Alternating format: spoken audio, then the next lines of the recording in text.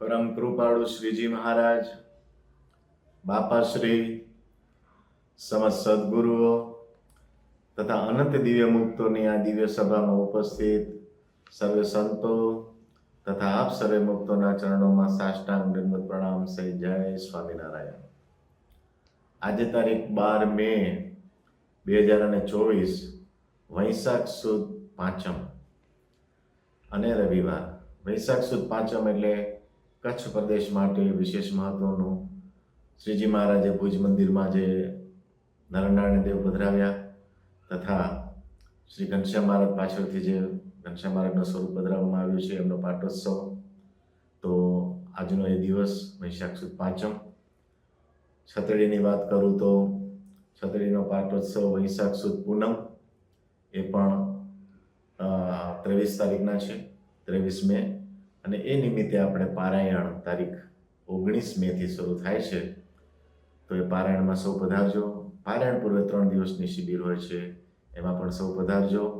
અને આ ઉત્સવ વચ્ચે એક બીજી વાત કરું તો મુનિસ્વામી અંતર્ધ્યાન થયા છતડી ધામે, એને 50 વર્ષ પૂર્ણ થાય છે. તો એમની સ્મૃતિ પણ આ વખતે આપણે રાખી છે. એમની સ્મૃતિમાં પણ આ પારાયણ ઉત્સવ છે. આજે હવે આપણે અનાદિમુખ શ્રી પ્રશાંતભાઈ સોદાસ સાહેબને સાંભળીશું. તો આવો શ્રી પ્રશાંતભાઈ.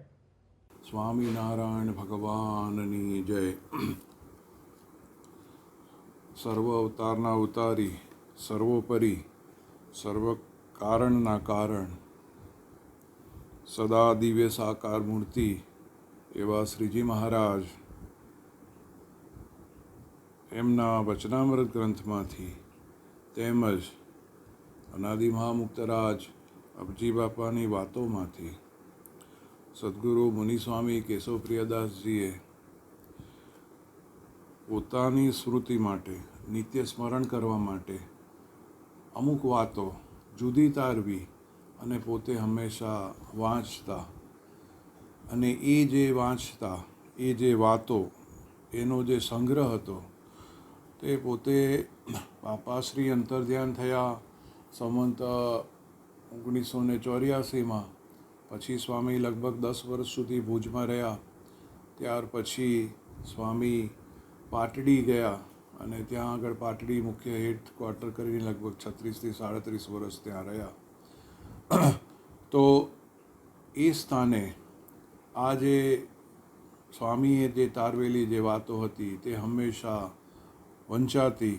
સ્વામી વાંચતા જે બાપાશ્રીની વાતો હતી વચનામૃતમાંથી, જે અગત્યના મુદ્દાઓ હોય, પછી એનું એક પુસ્તક કરવાનું. એ વખતે ત્યાં પાટડીમાં વંચાતું. ત્યાં આગળ પાટડીના મુક્તરાજ નાગજીભાઈ તથા મેરાઈ નાથાભાઈ એમને ત્યાં આગળ બધા વાંચતા. પછી એમને નક્કી કર્યું કે આનું પુસ્તક કરીએ તો એ જે પુસ્તક વચનામૃત ધ્યાન આદિ, એ જે પુસ્તક એ પછી છપાવ્યું. તો એ જે સ્વામીએ જે મુખ્ય વાતો, ઇમ્પોર્ટન્ટ વાતો, એનું જે યાદી એ આ પુસ્તકમાં છે. તો એ જે પુસ્તક છે એની પ્રથમ આવૃત્તિ સ્વામી હતા ને સંવંત 2016માં એ વાત છપાવી અને એની પહેલી આવૃત્તિ એ વખતે કરી. તો એ જે પુસ્તક જે છે વચનામૃત ધ્યાન આદિ, એમાં તમે જો આપણે અનુક્રમણિકા જોઈએ તો એમાં શરૂઆતમાં વચનામૃતમાંથી જુદા જુદા ટૉપિક ઉપર સ્વામીએ વાતો, વચનામૃતમાં જે મુખ્ય વાતો હોય તેમાં એમ કે પ્રથમ વાત એમ કીધી કે મહાત્મ્ય સહિત એકાંતિક ભક્તિનું અને એકાંતિક ધર્મનું સ્વરૂપ, અને તેમાં અખંડ વૃત્તિ અને ધ્યાન, પછી ધ્યાન કરવાની તથા અખંડ વૃત્તિ રાખવાની આજ્ઞા. એવી રીતે જુદા જુદા ટૉપિક ઉપર વચનામૃતમાં ક્યાં એની વાત કરેલી છે એ વાત સ્વામીએ ભેગી કરી અને લખી. એ જ રીતે બાપાશ્રીની વાતોમાંથી આજ્ઞા, ઉપાસના, શ્રીજીનું મહાત્મા, અનાદિમુક્તની સ્થિતિ, આ બધી વાતો એને વિષય પ્રમાણે થોડી ઘણી એમાં જે મુખ્ય વાતો હતી, જે સ્વામી એમ કીધું કે આ નિત્ય સ્મરણીય વાતો છે, એટલે સ્વામી પોતે આ લખી અને વંચાવતા. એ જે વાતો એનું આ જે પુસ્તક છે વચનામૃત ધ્યાન વગેરે. એમાં જે બાપાશ્રીની વાતોમાંથી જે વાતો તારવેલી છે એમાં જે પ્રથમ જે ટૉપિક જે લીધો સ્વામીએ, એમાં સ્વામીએ લીધું આજ્ઞા, પછી ઉપાસના, એવી રીતે જુદા જુદા ટૉપિક લીધા. એમાં પહેલી જે વાત લીધી એ આજ્ઞાની વાત લીધી. તો એમાં સ્વામીએ બાપાશ્રીની વાતોમાંથી પહેલા ભાગની જે 86મી વાત છે એમાં બાપાશ્રીએ એમ કીધું કે આજ્ઞામાં ફેર પડે તે તો સ્વામિનારાયણનો કહેવાય જ નહીં, માટે સાધુનો વેશ લીધે સાધુ ન કહેવાય અને સત્સંગીનો વેશ લીધે સત્સંગી ન કહેવાય, એમ બાપાશ્રીએ કીધું. એ વાત જે છે એ પ્રથમ ભાગની 86મી વાત. પછી બીજી વાત સ્વામીએ તરત એમાં એમ લીધી 87મી વાત કે બાપાશ્રી બોલ્યા જે સાધુ થયા હોય અને ધર્મામૃત, નિષ્કામ શુદ્ધિ, શિક્ષાપત્રી તેનું અનુસંધાન રાખે નહીં તો એ સાધુ ન કહેવાય, અને જો મહારાજનું અને મોટાનું અંતર્યામીપણું જાણી અને એની આજ્ઞામાં યથાર્થ વર્તે તો સાધુ કહેવાય. એ જ રીતે સત્સંગી માટે પણ જે મહારાજની આજ્ઞામાં યથાર્થપણે રહે અને મોટાનું અંતર્યામીપણું જાણે તો આજ્ઞામાં રહેવામાં તો ક્યારેય એમ ન થાય કે મહારાજ પ્રગટ હાજર નથી. મહારાજ હાજર જ છે. જો મહારાજ હાજર છે એનું જો અનુસંધાન અખંડ રહે. વૃંદાવન સ્વામીની વાતોમાં જે એક વાત આવે છે કે એક ગામમાં એમ કે એક મોટા પુરુષ હતા, ગુરુ હતા. પછી એ ગુરુ અચાનક એમનો દેહ ત્યાગ થયો. એ દેહ ત્યાગ થયા, એના 2 ચેલાઓ હતા. પછી હવે ચેલામાંથી કોને ગાદીએ બેસાડવું? હવે ગામમાં અમુક જે બુદ્ધિશાળી માણસો હતા એમણે એમ કીધું કે આપણે એમનો ટેસ્ટ લઈએ, આમાંથી જે સારો ચેલો છે એને પછી એક ગુરુની ગાદીએ બેસાડીશું. પછી એક મોટો શિષ્ય હતો અને નાનો શિષ્ય હતો. તો મોટા બેઉને એક શ્રીફળ આપ્યું અને શ્રીફળ આપીને એમ કીધું કે જાઓ આ શ્રીફળ એ જગ્યાએ જઈને વધેરી આવો કે જ્યાં કોઈ ન હોય. તો જે મોટો શિષ્ય હતો તો એકદમ દોડીને ગયો જંગલ જેવામાં, ચારે બાજુ જોયું કે ત્યાં કોઈ નથી, તો ત્યાંથી શ્રીફળ વધેરીને પાછો આવ્યો. જ્યારે નાનો શિષ્ય હતો એ શ્રીફળ લઈને ગયો, થોડી વાર ગયો, પછી ચારે બાજુ ફર્યો, પછી શ્રીફળ એમનું એમ લઈને પાછો આવ્યો. તો પછી બધાએ પૂછ્યું કે કેમ તું એમનું એમ લઈને આવ્યો? તો કે મને કોઈ જગ્યા એવી ન મળી કે જ્યાં ભગવાન નથી. એટલે ભગવાનનું અંતર્યામી પણ એને માન્યું. એટલે પછી ગામના લોકોએ કીધું આ નાનો છે પણ એની સમજણ સારી છે, એટલે એને ગાદી સ્થાને બેસાડ્યો. એટલે કહેવાનું શું, એ જે વાતનું તાત્પર્ય જે છે વૃંદાવન સ્વામીની વાતમાં સ્વામીએ વાત કરી છે. એટલે જો અંતર્યામીપણું જો મહારાજનું જો જાણતો હોય, મહારાજ અને મોટા મુક્ત હંમેશા હાજર છે, તો આજ્ઞા યથાર્થ પડાય જ. એમ જે વાત છે એ વાત આમાં મુનિસ્વામીએ આ જે પુસ્તક છે એમાં એ લખ્યું છે. પછી પહેલા ભાગની 108મી વાત લીધી છે.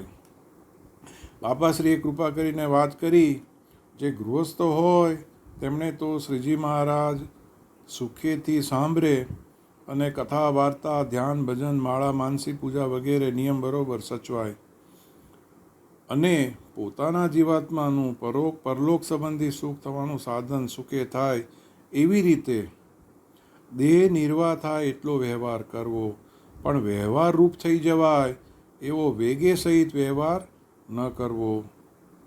એટલે આ બાપાના શબ્દો છે. બાપાશ્રીએ એમ કીધું કે ગૃહસ્થ હોય એમણે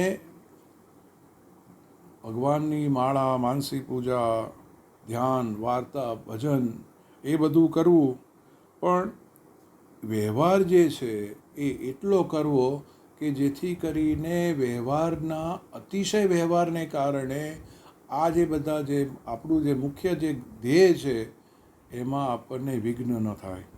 એટલે દેહ નિર્વાહ જેટલો વ્યવહાર કરવો, પણ વ્યવહાર રૂપ થઈ જવાય એવો વેગે સહિત વ્યવહાર ન કરવો, એવો બાપાશ્રીએ આજ્ઞા કરી.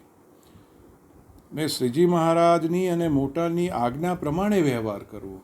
પાછું બીજું એમાં કીધું વ્યવહાર તો કરવો, વ્યવહાર કેટલો કરવો કે જેથી કરીને વ્યવહાર રૂપ ન થઈ જવાય, વ્યવહારની અંદર એટલા બધા પેલા થઈ જવાય કે જેથી કરીને એની અંદર ઉતરી જાય, એની અંદર ખૂંપી જાય, એમ કહીએ ને તેમ ખૂંપી નથી જવાનું. પણ મહારાજની જે આજ્ઞા છે એ બધી જે છે એ બરોબર પળાય એટલે શ્રીજી મહારાજની અને મોટાની આજ્ઞા પ્રમાણે જ વ્યવહાર કરવો. અને બીજું, પોતાના મોક્ષના લાભ માટે ગમે તેવી પ્રવૃત્તિ હોય તેને મોક્ષના લાભ માટે ગમે તેવી પ્રવૃત્તિ હોય તેને મોટાના જોગમાં રહીને ટાળવી. મહારાજની ને મોટાની આજ્ઞામાં લેશ માત્ર ફેર પડવા દેવો નહીં. મોટા પુરુષ કોઈ કહે તો એ જે છે એ જે વચન છે એ બરાબર પાળવું. અને એમ જાણવું જે હું જે ક્રિયાઓ અને સંકલ્પ કરીશ તેને મહારાજ અને મોટા દેખે છે, તેથી મહારાજની અને મોટાની મરજી તથા આજ્ઞા વિરુદ્ધ વર્તીશ તો તે કુરાજી થશે ને મારું બગડી જશે. એમ નિરંતર એવો તપાસ રાખી અને મહારાજ અને મોટા પ્રસન્ન થાય એમ વર્તવાનો આગ્રહ રાખવો. અને મોટાએ આપેલા જે વચનો એ પ્રમાણે વર્તવાનો આગ્રહ રાખવો. મોટાના આપેલા નિયમ ખબરદાર થઈને પાળવા. અને જો તેમાં ફેર પડે તો મોટાનું વચન પાછું જાય ને મોક્ષનો જાપો વસાઈ જાય. માટે આજ્ઞા પૂરી પાળવી. તેમાં ભૂલ પડે તો મોટાને સંભાળીને તેનું પ્રાયશ્ચિત કરી નાખવું. સારા નરસા ગાંઠ થાય તેને મહારાજ અને મોટા દેખે છે એમ જાણીને પ્રાયશ્ચિત કરશે, એનું પરમ કલ્યાણ થશે. એટલે આમાં પણ અંતે વાત શું આવી કે આજ્ઞા પાળવાની. તો આજ્ઞા કેમ પડે તો કે મહારાજ અને મોટા દેખે છે એટલે આપણાથી તો કાંઈ ખોટું થાય નહીં. એનું જો હંમેશા જાણપણું રહે, આપણે એમ કહીએ છીએ ને કે જાણપણા રૂપી દરવાજે, તો આ એક આજ્ઞા પાળવામાં જાણપણા રૂપાની વાત છે કે મહારાજ અને મોટા હંમેશા દેખે છે, એ જાણપણાની વાત છે. પછી આજ્ઞા વિશે જ આમાં પછી બાપાશ્રીની વાતો, એમાં 135મી વાત છે, એમાં બાપાશ્રી બોલ્યા જે સર્વે ક્રિયા શ્રીજી મહારાજને સાથે રાખીને એમની એને મોટા મુક્તની પ્રસન્નતાને અર્થે કરવી. હવે આજ્ઞા પાળવી એટલે પછી આજ્ઞા પાળવામાં પછી શું થાય કે ભાઈ મંડ્યા પડે, આજ્ઞા આમ કરવાનું આમ કરવાનું. તો એમ નહીં, પણ આજ્ઞા જે છે એ પાળવાની શેના માટે પાળવાની તો કે મહારાજ અને મોટા મુક્તની પ્રસન્નતા માટે કરીને પાડવી. પણ વખાણ માટે કે માન માટે ન કરવી. પોતાનું 5 જણા કહે કે આ તો બહુ મોટા ભગત છે, આ તો આમ કરે છે, આ તો આમ કરે છે, એમ નહીં. પણ મહારાજ અને મોટા મુક્ત પ્રસન્ન થાય એના માટે કરીને એ આજ્ઞા પાળવી. અને પોતાના વખાણ માટે કે માન માટે ન કરવું. કચરો ને કંચન સમ જાણવા ત્યારે સાધુ કહેવાય. સાકર અને મીઠું સમ થઈ ગયા હોય તેને પણ નિષ્કામ શુદ્ધિ અને ધર્મામૃતમાં ફેર પાડવો નહીં. તો જ મૂર્તિનું સુખ આવે અને તે જ પૂરો સાધુ કહેવાય. એટલે કેટલી બધી વાત કરે છે કે એવા જે મોટા મુક્ત હોય તો પણ એ પોતે જે છે એ આજ્ઞામાં જ વર્તે, કારણ કે મહારાજે આમ કીધું છે તો એ પ્રમાણે જ રહેવાય. એટલે મોટા મુક્ત હોય તે મહારાજની આજ્ઞા કોઈ દિવસ લોપે, એમને તો લોપવાનો સવાલ જ નથી, પણ જે મહારાજની આજ્ઞા જે છે એ બીજાને પણ એમને જ, કારણ કે મોટા મુક્ત જે છે એમને જોઈ રહ્યા છે બીજા લોકો, અને જો બીજા એમને જોઈને કોઈ અવગુણ લે તો એ બીજા જીવનું ભૂંડું થઈ જાય. એટલા માટે પોતે હંમેશા, એટલે એમને તો સાકર ને મીઠું સમ થઈ ગયું હોય. જે આપણે ઘણા બધા પ્રસંગો છે, અયોધ્યા પ્રસાદજી મહારાજના હોય, મહારાજના વખતમાં મહારાજ પોતાના હોય, કે મોટા મોટા મુક્તોના પ્રસંગો છે કે મહારાજ શ્રી અયોધ્યા પ્રસાદજી મહારાજને એમ કે કોઈએ દૂધમાં સાકરની જગ્યાએ મીઠું નાખી દીધું તોય પોતે જેમ જમતા એમ જમી ગયા. મહારાજના કેસમાં પણ એવા ઘણા બધા દાખલાઓ છે. તો એવું તો થઈ ગયું હોય તો પણ જે મહારાજની આજ્ઞા જે છે, મહારાજના જે નિયમો છે એ નિયમો જે છે એ બરાબર પાળતા. અને આ જે વાત જે છે એ વાર્તા 135મી સ્વામીએ આમાં એનો ઉલ્લેખ કર્યો. પછી પાછું પહેલા ભાગની 168મી વાત સ્વામીએ આમાં ટાંકી છે કે બાપાશ્રી બોલ્યા જે અમારો સિદ્ધાંત શો છે તે જાણીને તે પ્રમાણે વર્તવું. બાપાશ્રી કે અમારો સિદ્ધાંત શો છે તો એ પ્રમાણે જાણીને વર્તવું. જે મોટા મોટા વનમાં રહેતા ને કૂતરું ભસે તે પણ સંભળાય નહીં એટલા તો છેટે રહેતા, અને વૃક્ષને છાંયે પણ બેસતા નહીં, અને માખ મચ્છર કરડે તે પણ સાંભળતા નહીં, અને ભિક્ષા માગવા જાય ને ક્યારેક અન્ન મળે ને ક્યારેક ન મળે, વસ્ત્ર પણ મળે નહીં એવી રીતે રહેતા, એવો ખટકો રાખવો. આ વચનામૃત છે તે ચિંતામણી છે અને કલ્પતરુ જેવા છે. જે તે વાતનો પ્રસંગ નીકળે તો તે વાત તેમાં આવે છે. આપણે પંચ વિષયના અભાવની વાત કરતા હતા તે જ વાત આવી છે. શ્રીજી મહારાજનો રાજીપો જે પંચ વિષયનો અભાવ કરે અને પુરુષ પ્રયત્ન કરે તે ઉપર થાય છે અને પછી કૃપા કરે છે. માટે પંચ વિષયનો અભાવ કર્યા વિના છૂટકો નથી. તે 100 જન્મે, 1000 જન્મે, લાખ જન્મે પણ એનો અભાવ કર્યા વિના છૂટકો નથી. જો નહીં ટાળો તો ઓચિંતાની કેદ આવી પડશે અને 9 મહિના સુધી 5 પરુ વિષ્ટા મળમૂત્રમાં ઊંધે માથે રહેવું પડશે અને બારી કે વાયરો કાંઈ નહીં મળે એવું દુઃખ આવી પડશે. આવી રીતે શ્રીજી મહારાજની નાની મોટી આજ્ઞા યથાર્થ પાળવી એ બાપાશ્રીનો મુખ્ય સિદ્ધાંત છે. એટલે આટલી વાત સ્વામીએ જુદી તારવી અને આજ્ઞા વિશેની જે વાત છે બાપાશ્રીએ ક્યાં ક્યાં કરી એમાંથી આ મુખ્ય વાત કરી. અને સ્વામી આ વાતો નિત્ય પ્રત્યે કરાવતા કે આજ્ઞાનું જે છે એ અતિશય. પછી આજ્ઞા પછી ઉપાસનાની વાત આવી તો ઉપાસનામાં સ્વામીએ બાપાશ્રીની વાતોમાંથી વાર્તા 171મી, વાર્તા 182મી, બીજા ભાગની 65મી, 128મી, 146મી આ બધી વાતો લઈ અને સ્વામીએ ઉપાસનાની વાત કરી. પછી ઉપાસના પછી સ્વામીએ અનાદિમુક્તની સ્થિતિની વાત કરી. અનાદિમુક્તની સ્થિતિમાં બી ઘણી બધી વાત કરી. જેમાં જે પહેલાં 8મી વાત જે છે એમાં બાપાશ્રી કહે છે કે પર્વતભાઈએ શ્રીજી મહારાજ આગળ વાર્તા કરી જે હે મહારાજ, મને લોકો કહે છે કે જે તમને 60 વર્ષ થયા, પણ જો મેં તમારી મૂર્તિ વિના આ લોકમાં કાંઈ દીઠું હોય કે ભોગવ્યું હોય કે સાંભળ્યું હોય તો મને 500 પરમહંસના સમ છે. હું તો સદાય તમારી મૂર્તિમાં જ રહ્યો છું, બીજું કાંઈ દેખતો નથી. આ જે વાત છે ને એ અનાદિમુક્તની સ્થિતિની વાત છે. એમ કરીને મુક્ત અકર્તા છે. એવા જે અનાદિમુક્ત જે છે ગોપાળાનંદ સ્વામી હોય, પર્વતભાઈ હોય, તો એ જે મુક્ત છે એની સ્થિતિ કેવી? તો એ મુક્ત અકર્તા છે. તો અકર્તા છે એટલે એમનામાં રહીને કરનારા કોણ છે? તો એમનામાં રહીને કરનારા મહારાજ છે. ગોપાળાનંદ સ્વામીની વાત પર્વતભાઈએ કીધું કે ભાઈ મને 500 પરમહંસના સમ છે, સમ દઈને કીધું. તો કે મને લોકો એમ કહે છે 60 વર્ષ થયા છે, પણ મેં તમારી મૂર્તિ સિવાય બીજું કંઈ.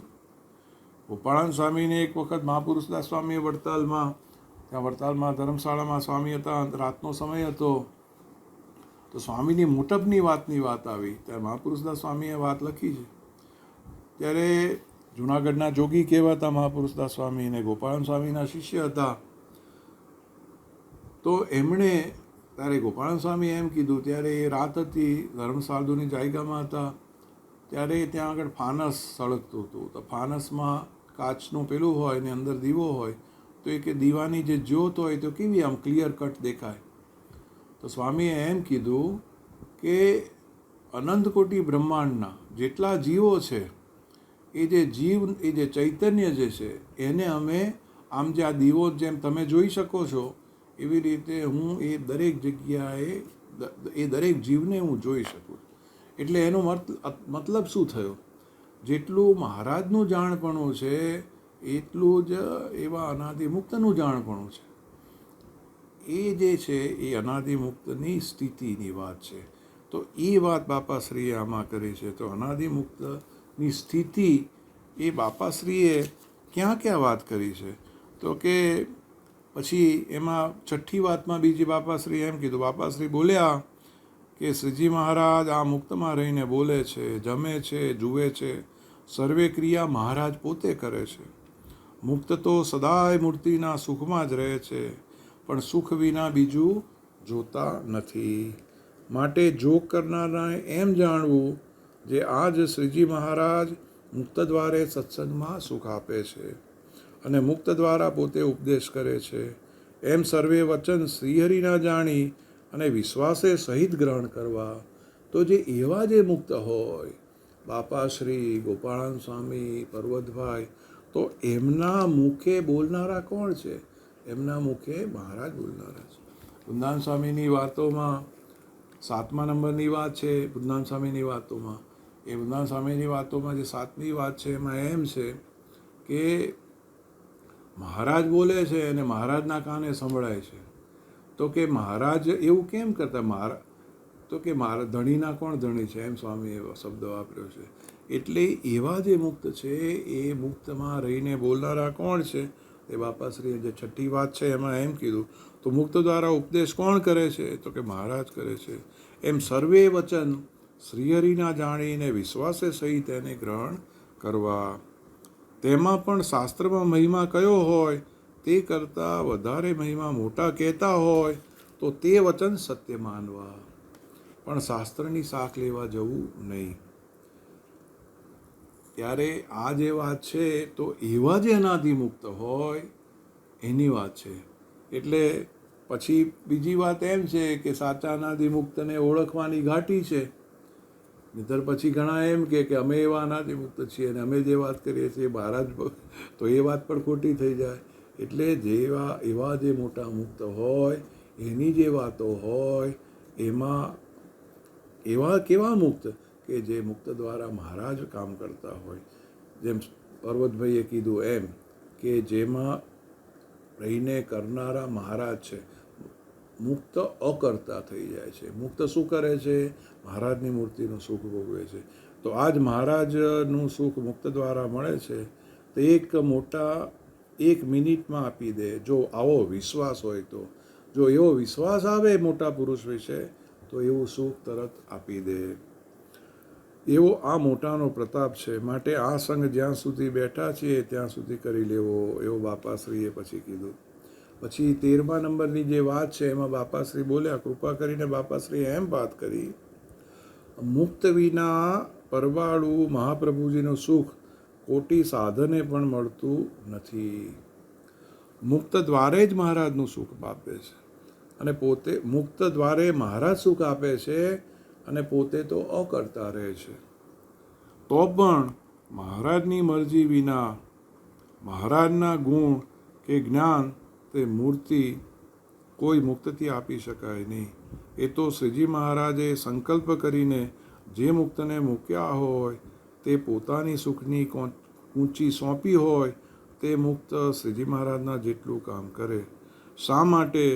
જે શ્રીજી મહારાજનો સંકલ્પ છે અને શ્રીજી મહારાજની વતી આવ્યા છે તે મોક્ષ કરવા રૂપી મૂળ સંકલ્પ છે.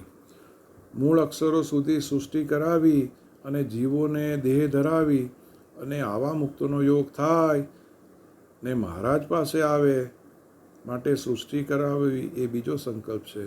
તો પણ પોતે અકર્તા રહે છે અને કલ્યાણના કરતા મુક્તને મુખ્ય રાખે છે અને જીવકોટીને કર્મફળ આપવા તથા ઈશ્વરકોટી, બ્રહ્મકોટી, અક્ષરકોટી એ સર્વને ઐશ્વર્ય આપવા તે પોતાના તે દ્વારે કરે છે અને ઉત્પત્તિ આદિ ક્રિયા તે મૂળ અક્ષર દ્વારા કરાવે છે અને તે અક્ષરો બ્રહ્મને પ્રેરણા કરે છે અને સ્થિતિરૂપ ક્રિયા વાસુદેવ બ્રહ્મ પાસે કરાવે છે અને ઉત્પત્તિ રૂપી ક્રિયા તે મૂળ પુરુષ દ્વારા કરાવે છે અને પ્રલય ક્રિયા તે મહાકાળ દ્વારા કરાવે છે, પણ પોતે માથે લેતા નથી.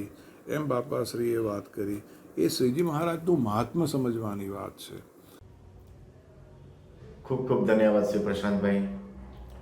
મુનિ સ્વામીએ જે વચનામૃત રહસ્ય વગેરે એની અંદર જે અગત્યના જે આજ્ઞા ઉપાસના અને અનાદિમુક્તના સ્થિતિના જે વચનો એની વાત કરી, બાપાશ્રીના પણ વચનો એની વાત કરીને એ જે બધું સંકલન કરીને જે પુસ્તક બન્યું છે એની વાત કરી. તો એમાં જે બાપાશ્રીની વાતો જે આજ્ઞા ઉપાસના અને અનાદિમુક્તની સ્થિતિની વાત કરતી હોય, વિશેષપણે અગત્યના આ જે મુદ્દાઓ તે વાત કરી, ખૂબ સરસ વાત કરી. બાપાશ્રી જે વચનો કહ્યા આજ્ઞા ઉપર, ઉપાસના ઉપર અને અનાદિમુક્તની સ્થિતિ ઉપર, તો એ બધા ખૂબ ખૂબ વાતો ખૂબ સરસ. આપણને પણ એનો જે નિરંતર છે અભ્યાસ કરવો ઘટે, અને મુનિસ્વામી પણ એ નિરંતર અભ્યાસ માટે એ અલગથી તારવેલ. તો એવી ખૂબ સરસ વાતો. અને બીજી એક વાત જો જાહેરાત કરું તો આવતા રવિવારે આપણી પારાયણ શરૂ થઈ જશે. માટે આવતા રવિવારની જે સભા છે આપણે રવિવારની એ આપણે મુલતવી રાખીશું. એના પછીનો જે રવિવાર આવશે ત્યારે આપણી આ સભા હશે. તો એની ખાસ બધા હરિભક્તો નોંધ લેશો. અને આજની આવી રીતની જે આપણી સભામાં મુનિસ્વામીએ જે વાત કરી એ આપણે લીધી. હવે આપણે મુનિસ્વામીના આશીર્વચન લેશું, ત્યારબાદ 2 મિનિટની ધૂન કરી આજની આપણી આ સભાની પૂર્ણાહુતિ કરીશું. સહજાન સ્વામી મહારાજની જય, બાપા શ્રીની જય, સદગુરુ શ્રીની જય, સ્વામિનારાયણ ભગવાનની જય.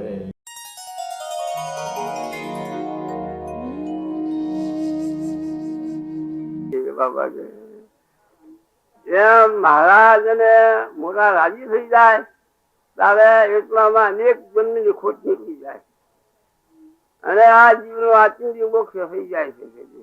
પણ મહારાજ કે મોટા મેળાવીના મોક્ષ ન થાય છે. મોક્ષ દાતા ભગવાન છે. તપ કરે, વ્રત કરે, એનું ફળ મળે, પણ માયા થકી ન મુકાય. માયા થકી મુક્ત કરીને ધામમાં લઈ જઈને મૃત્યુનું સુખ આપવું તો ભગવાન જ કરે. આ જીવને માયા એવી વળગી છે, એમાં મારા કે જે વજ્રીની પૃથ્વી હોય અને વજ્રીની ખીરી ચોટી હોય એ ઉખડી નીકળે નહીં. લોઢામાં હોય એ નીકળે, કેમ કે લોઢાને અગ્નિમાં નાખે તપાવાય અને લોઢું નરમ પડી જાય. અને વજ્ર હોય એ અગ્નિમાં નાખે અગ્નિમાં તપાય નહીં, અગ્નિમાં પૂછવું ન પડે. એવું કથા હોય છે. જેમાં માયા જીવમાં એવી વળગી છે, વજ્રની પૃથ્વીમાં વજ્ર કોઈથી નીકળે એવી નથી. તપ કરે, સાધુ થાય, શાસ્ત્ર બને, એ બધા સાધન છે. પણ જયારે એ કલ્પના ભગવાન મળે એટલે મુક્ત મળે અને એ કૃપા કરે તારે કામ થઈ જાય. એ કૃપા કરે એટલું સાધન કરવા, બધું ભગવાનને રાજી કરવા સારું કરવું. અને જે રાજી થાય તારે આજુ રાજી મોક્ષ થઈ જાય છે. ત્યારે આજ આપણને મહારાજ એવા મળી શીખ્યા કર્યા. મહારાજ સુખે શીખ્યા થવા એવું કરવું અને મહારાજ ને અખંડ સંભાળવા એ કરવું છે.